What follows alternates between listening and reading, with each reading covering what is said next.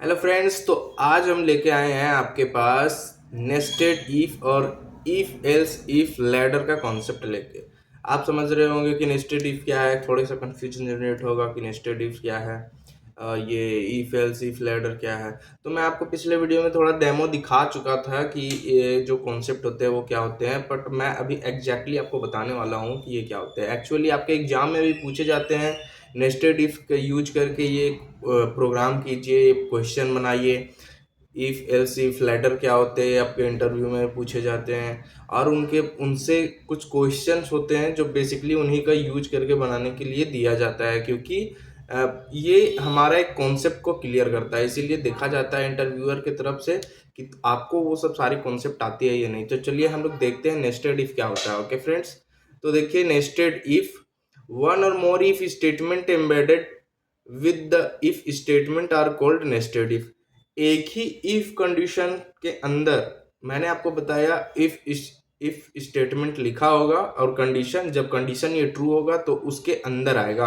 करली ब्रास अंदर, मतलब करली ब्रास ओपन एंड क्लोज के अंदर जो स्टेटमेंट लिखा होता है इफ का, उसके अंदर आएगा। अब जैसे ही उसके अंदर आएगा तो उसको एक और इफ कंडीशन मिलेगा, ये एक और इफ कंडीशन मिलेगा। ओके फ्रेंड्स, तो यहाँ पे जो इफ कंडीशन सेटिस्फाई होने के बाद उसके अंदर के स्टेटमेंट में जो आया, उस स्टेटमेंट के अंदर भी उसको इफ कंडीशन मिल गया, उसको हम लोग क्या कहते हैं, नेस्टेड इफ स्टेटमेंट कहते हैं। मतलब एक या एक से ज्यादा इफ स्टेटमेंट किसी भी इफ कंडीशन इफ स्टेटमेंट के अंदर हो, उसे हम लोग नेस्टेड इफ स्टेटमेंट कहते हैं। तो यहाँ पे देखिए हम लोग सिंटैक्स इसको देख देख सकते हैं। ये हमारा नेस्टेड इफ स्टेटमेंट का सिंटैक्स है। ओके फ्रेंड्स, तो पहला इफ कंडीशन यहाँ लग गया। ओके, अब यहाँ पे हम लोग इफ कंडीशन लगाए और इसका ओपन कर्ली ब्रैकेट किए और यहाँ क्लोज कर दिए। ये हमारा पहला था, पहला इफ कंडीशन हो गया। अब इस इफ कंडीशन के अंदर एक और इफ कंडीशन लगा देंगे, ये स्टेटमेंट आ गया फ्रेंड्स। ओके, अब ये कंडीशन के अंदर ये जैसे कि आया, अब ये अंदर आने के बाद हमारा पहला एक और इफ स्टेटमेंट मिल गया, जो किसके अंदर है, ये हमारा पहला वाला इफ कंडीशन स्टेटमेंट के अंदर है। ये जब कंडीशन सेटिस्फाई हो और इसके अंदर आ जाए और इसके अंदर भी उसे एक इफ कंडीशन और मिल जाए, तो वही हमारा हो गया नेस्टेड। अब देखो ये भी जो इफ स्टेटमेंट है कंडीशन 3, ये किसके अंदर है, इफ कंडीशन 2 के अंदर। मतलब इफ कंडीशन 2 अगर सेटिस्फाई हो गया तो इसके अंदर आएगा, इस करली ब्रास ओपन और इस करली ब्रास क्लोज के अंदर आएगा। और जैसे ही इसके अंदर आएगा तो ये यहाँ पे एक और उसको इफ कंडीशन मिल रहा है। ये जरूरी नहीं है कि 3 इफ कंडीशन हो, इफ कंडीशन के अंदर फिर इफ कंडीशन के अंदर फिर इफ, जरूरी नहीं है। किसी भी एक इफ कंडीशन के अंदर अगर दूसरा इफ कंडीशन हो तो वो नेस्टेड हो गया। तो आप दूसरा लगाओ, तीसरा लगाओ, चौथा लगाओ, जितने मर्जी लगाओ, उसके भी अंदर इफ लगा दो, उसके भी अंदर इफ लगा दो, आपको कोई दिक्कत नहीं है। जितने मर्जी उतने लगाओ, सारा आपका नेस्टेड इफ ही कहलाता है। ओके फ्रेंड्स, तो इस पे हम लोग क्वेश्चन भी करके देखेंगे, प्रोग्राम बना के देखेंगे। अभी हम लोग देखते हैं क्या, एल्स इफ लैडर देखेंगे। Okay, and also we can use else statement in each if statements. तो देखिए हम लोग केवल जब ऊपर में थे, मतलब केवल हम लोग ये नेस्टेड इफ देख रहे थे, तो मैंने बस एग्जांपल में सिंटैक्स में आपको दिखाया कि केवल हम लोग इफ ही यहाँ लिखे हैं, बट ऐसा नहीं है। आप इफ के साथ एल्स कंडीशन भी यूज कर सकते हो। अगर ये कंडीशन मेरा सेटिस्फाई नहीं होता है, अगर हमको ये कंडीशन सेटिस्फाई नहीं होने के बाद कुछ और भी चीज स्टेटमेंट रन करवानी है, बाय डिफॉल्ट ये रन नहीं किया तो कुछ और रन करवानी है, तो हम लोग उसमें एल्स पार्ट लगा देंगे। ओके, तो बहुत सिंपल सी बात है कि हम लोग एल्स, ये जो कंडीशन 3 लगाए थे, इस इफ के अंदर स्टेटमेंट था, ये ट्रू होने के बाद एक और इफ कंडीशन दिए, वो भी ट्रू होने के बाद उसके अंदर भी हम लोग एक और इफ कंडीशन दिए, वो अगर सेटिस्फाई ना करे तो उसके अंदर हम लोग एल्स पार्ट दिए। ओके, उसके अंदर हम लोग इफ, ये अगर कंडीशन 3 के अंदर अगर सेटिस्फाई नहीं करता है तो स्टेटमेंट 1 नहीं चलेगा, स्टेटमेंट 1 नहीं चलेगा तो उसका एल्स पार्ट चलेगा, जो कि स्टेटमेंट हमारा 2 है। ओके फ्रेंड्स, अगर ये इस इफ कंडीशन के अंदर ही ना आए, सपोज करो यहाँ पे ही ना आए, वो मतलब कंडीशन 2 ही सेटिस्फाई ना करे, तो कंडीशन 2 के लिए भी मैंने एल्स पार्ट लगा रखी है। जो कि स्टेटमेंट 3 है मेरा। तो अगर ये कंडीशन ही सेटिस्फाई नहीं करेगा तो ये कंडीशन 3 के पास भी नहीं आएगा, ना ही ये स्टेटमेंट 2 के पास आएगा। ये डायरेक्ट एल्स पार्ट चलेगा। किसका एल्स पार्ट है? ये कंडीशन 2 का एल्स पार्ट है। वो डायरेक्ट यहाँ चलेगा और स्टेटमेंट 3 को एग्जीक्यूट करेगा। और स्टेटमेंट इस सपोज करो ये भी इफ कंडीशन नहीं चला, मतलब इसका तो ये पार्ट है एल्स स्टेटमेंट 3, पर सपोज करो ये फर्स्ट वाला कंडीशन ही ट्रू नहीं हुआ, तो वो तो इतना पार्ट को तो रन ही नहीं करेगा। अगर ये ही रन नहीं किया तो ये तो ऑब्वियसली रन नहीं करेगा। तो उसके लिए भी हम लोगों ने क्या किया, एल्स पार्ट लगा दिया। मतलब कंडीशन 1 के लिए भी एल्स पार्ट लगा दिया यहाँ पे स्टेटमेंट 4। अगर कंडीशन 1 भी नहीं चल रहा है तो स्टेटमेंट 4। इसका बेहतरीन यूज हम लोग करेंगे जब हम लोग पैटर्न बनाएंगे ना। Pattern programming language C programming में जब हम लोग पैटर्न बनाएंगे तो उस पैटर्न में हम लोग इसका यूज करेंगे।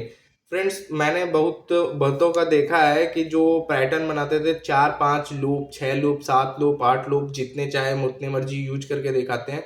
बट अगर मैं आपको कहूँ, मैं इस कॉन्सेप्ट का यूज करके मैं आपको जो वो 6 लूप लगाते हैं, मैं आपको वो 2 लूप में ही बना के दिखाऊंगा। इससे आपका space complexity and time complexity दोनों रिड्यूस कर दूंगा। मैं आपको 2 ही लूप में ये सारे कॉन्सेप्ट क्लियर करके दिखाऊंगा। ओके फ्रेंड्स, तो जब भी वो हमारा पैटर्न का टाइम आएगा उस टाइम देखेंगे।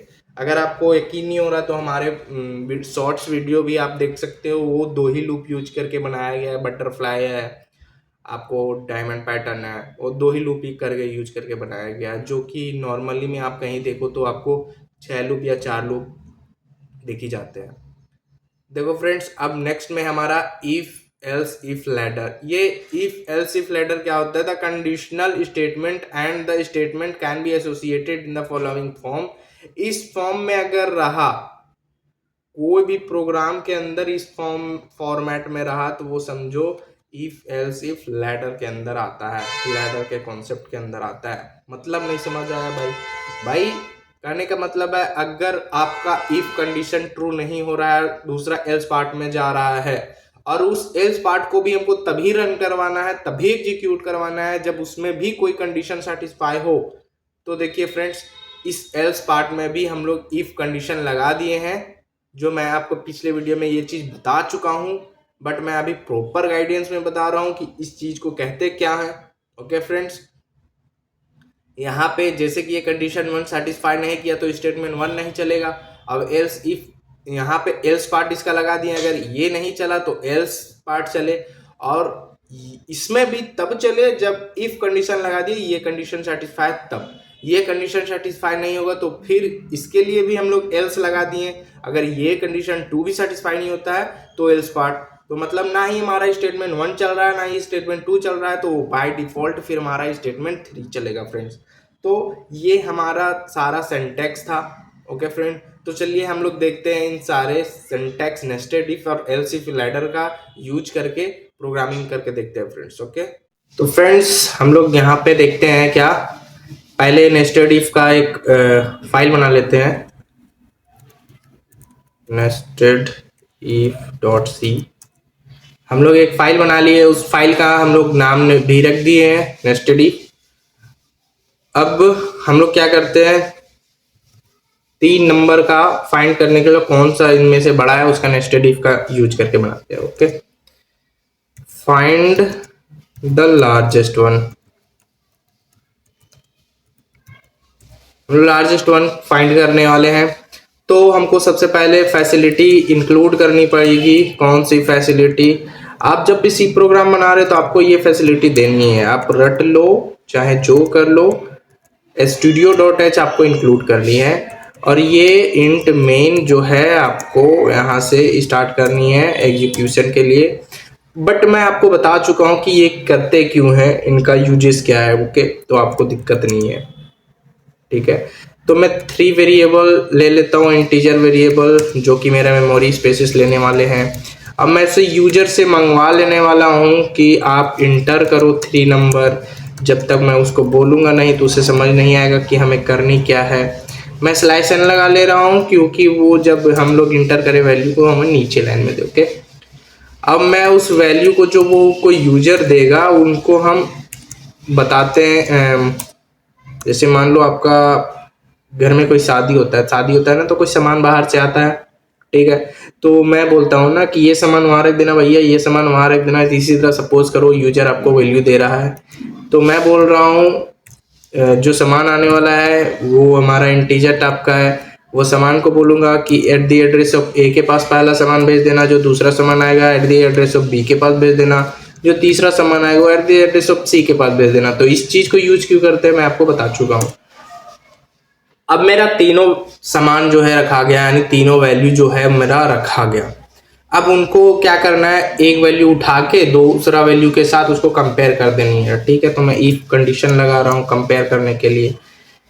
अगर मेरा ए बी से बड़ा रहा, या ठीक है अगर मेरा ए से बी से बड़ा रहा, तो मेरे पास दो कंडीशन हो सकते हैं, या तो मेरा उसके पास सी से भी बड़ा होना पड़ेगा, तब भी हम प्रिंट कर सकते हैं। ग्रेटेस्ट वन फाइंड करना है, तो ये ऑल्सो बी मेरा सी मेरा से ग्रेटर होना चाहिए, और ये मेरा निकल गया। तो मैं कह दूंगा कि ठीक है तुम प्रिंट कर देना इसी वैल्यू को, डबल कोट के अंदर, हमेशा ये बात याद रखें। ए को प्रिंट कर दो, हमको क्योंकि ग्रेटेस्ट वन फाइंड करना था, ग्रेटेस्ट वन मिल जाएगा मुझे। अगर ये कंडीशन ट्रू होता है, यानी ए मेरा बी से बड़ा है, तो वो इंटर करेगा इस अंदर, इंटर करेगा इनके अंदर, इस दोनों के अंदर, और उसके बाद फिर से वो कंडीशन चेक करेगा ए मेरा बड़ा है क्या सी से। अगर ए मेरा सी से भी बड़ा होता है तो ये फाइंड कर देगा, मतलब इसको प्रिंट कर देगा। अगर नहीं रहता है तो, अगर नहीं रहता है भाई तो कुछ प्रिंट नहीं करेगा, तो वो वहां से आउट हो जाएगा। अब फिर से मैं कहूंगा कि चेक करो यहाँ से फील्ड से, क्या यहाँ पे एल्स नहीं लगेगा, याद रखें। एल्स अगर लगा दिया ना मैंने यहाँ पे एल्स, तो सपोज करो अगर ए मेरा बी से बड़ा हो गया, ठीक है, तो एक बार तो अंदर घुस गया, तो एक बार अंदर घुसने के बाद वो एल्स पार्ट को रन नहीं करेगा। वो कभी भी आप देखो इफ कंडीशन है उसके बाद एल्स, इफ कंडीशन है उसके बाद एल्स है, ठीक है। तो इन तीनों में से आपका एक ही चीज रन करेगा, या तो इफ कंडीशन ही ट्रू होकर रन करेगा, या तो एल्स इफ ही ट्रू होकर रन कर जाएगा, या तो एल्स पार्ट रन करेगा। तीनों में से एक ही, तीनों कभी भी रन नहीं करेगा।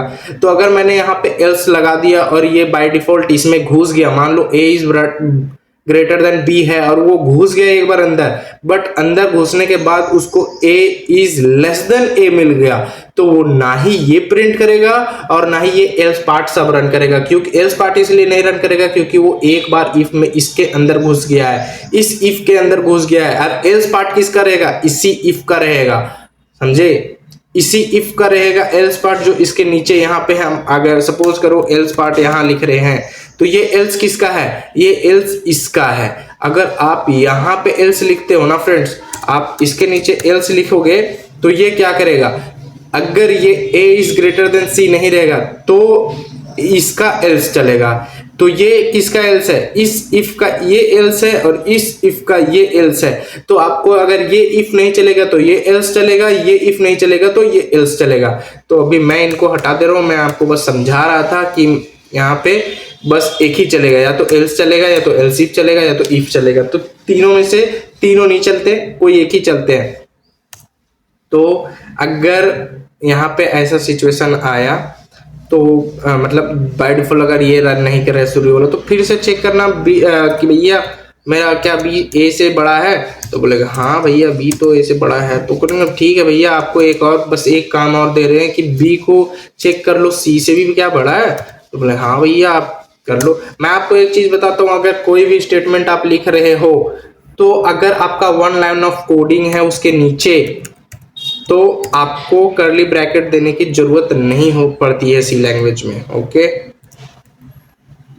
मैं यहाँ पे डायरेक्ट बी कर दे रहा हूँ, बस मैं यही कहना चाह रहा था। देखिए इस इफ के लिखने के बाद हमने क्या किया, यहाँ पे curly bracket open and close नहीं किया, क्योंकि हम बस एक ही स्टेटमेंट लिख रहे थे, इसलिए ओके। तो अब यहाँ पे ये मेरा चेक कर लिया तो बड़ा हो गया, ठीक है। अभी भी हम एल्स नहीं लिखेंगे, याद रखना, अभी भी हम एल्स नहीं लिखेंगे। अगर अभी भी हम लोग एल्स लिख दिए तो हमारा गलत हो जाएगा। क्यों गलत होगा, क्योंकि ये एक बार यहाँ पे इंटर कर चुका है और इंटर करने के बाद उसको बी बड़ा नहीं मिला सी से, तो ये तो पार्ट रन नहीं करेगा, पर ये इसके अंदर घुस गया तो एल्स पार्ट में भी नहीं जाएगा, जबकि मेरा सी ही बड़ा होने वाला था, क्योंकि ये इस पे मैच नहीं किया, ये तो इस पे शुरू में ही नहीं मैच किया था।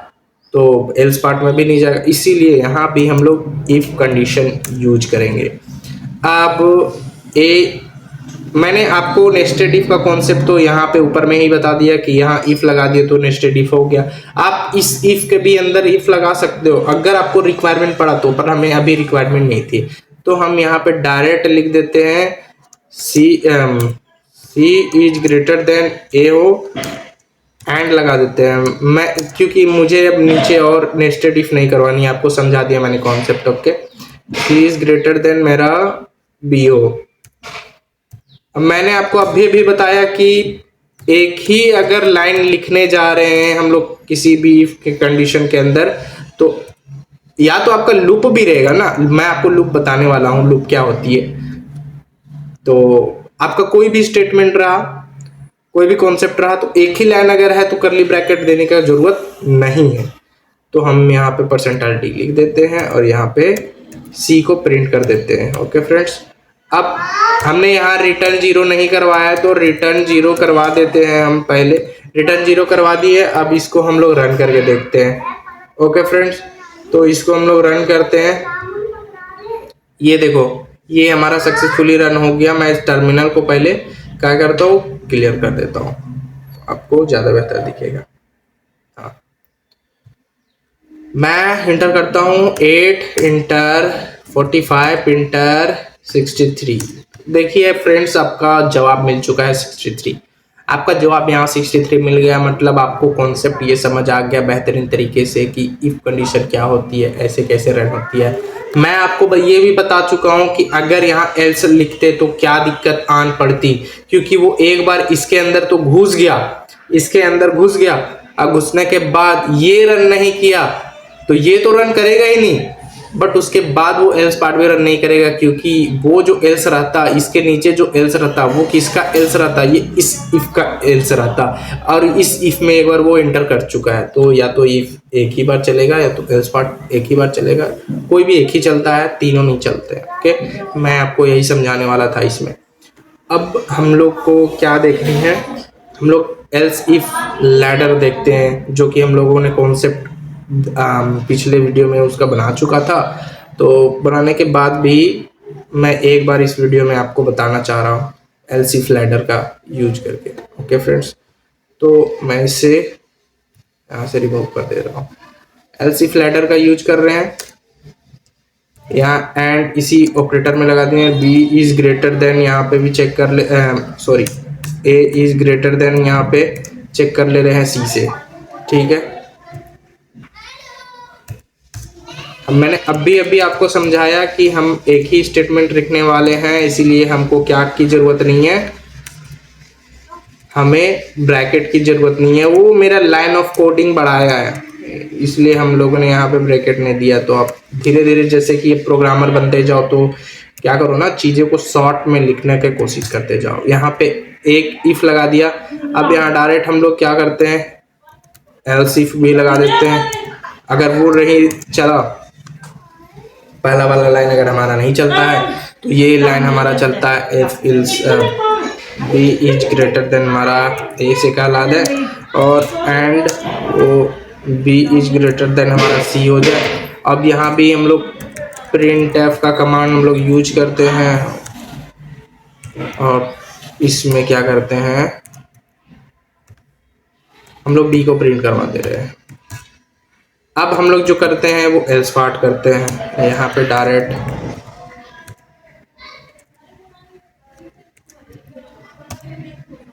सी को, मैं आपको इस चीज को देखो फ्रेंड, ये कितना शॉर्ट लग रहा है आपको, नेस्टेड इफ से ज्यादा शॉर्ट लग रहा। तो बात ये नहीं है कि नेस्टेड इफ का हम लोग यूज ना करके हम लोग ये एल्स इफ लैडर का यूज करते, नहीं, सभी चीजों का प्रोग्रामिंग में अलग अलग यूजेस होते हैं। सभी कॉन्सेप्ट का प्रोग्रामिंग में कभी कभी उसका अलग यूज होगा, इसका अलग यूज होगा। अब आपको एल्स इफ के भी अंदर इफ यूज करना पड़ जाए तो नेस्टेड इफ का यहाँ पे बेहतरीन तरीका यूज हो जाएगा, यहाँ पे एल्स है तो यहाँ पे बेहतरीन तरीका से यूज हो जाएगा। तो आप क्या करो, इसको जहां पे जिस चीज का यूज ज्यादा पड़े वहां पे आप इसका यूज करो। मैं आपको कोडिंग करते करते करते समझाते जाऊंगा कि रिक्वायरमेंट किस चीज की है। ये चीज समझने का, एनालाइजिंग करने का मैं आपको मेथड बता दूंगा। यहाँ देखो फ्रेंड्स, यहाँ बोला है कि ये कुछ गलत है, जो कि जायज है। ये यहाँ पे इंटर नहीं करोगे तो ये एक ही स्टेटमेंट ही समझेगा इसको, तो एरर था। ऐसे कोडिंग में एरर भी आते हैं। ओके, मेरा देखो यहाँ पे पूछ तो लिया है, बट आपको नहीं दिख रहा होगा बढ़िया से, तो मैं इसको टर्मिनल, ये इसमें दिक्कत है यार, बार बार टर्मिनल क्लियर करो।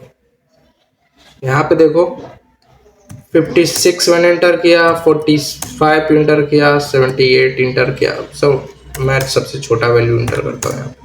दो मेरा 56 बड़ा था तो 56 मैंने जवाब दे दिया।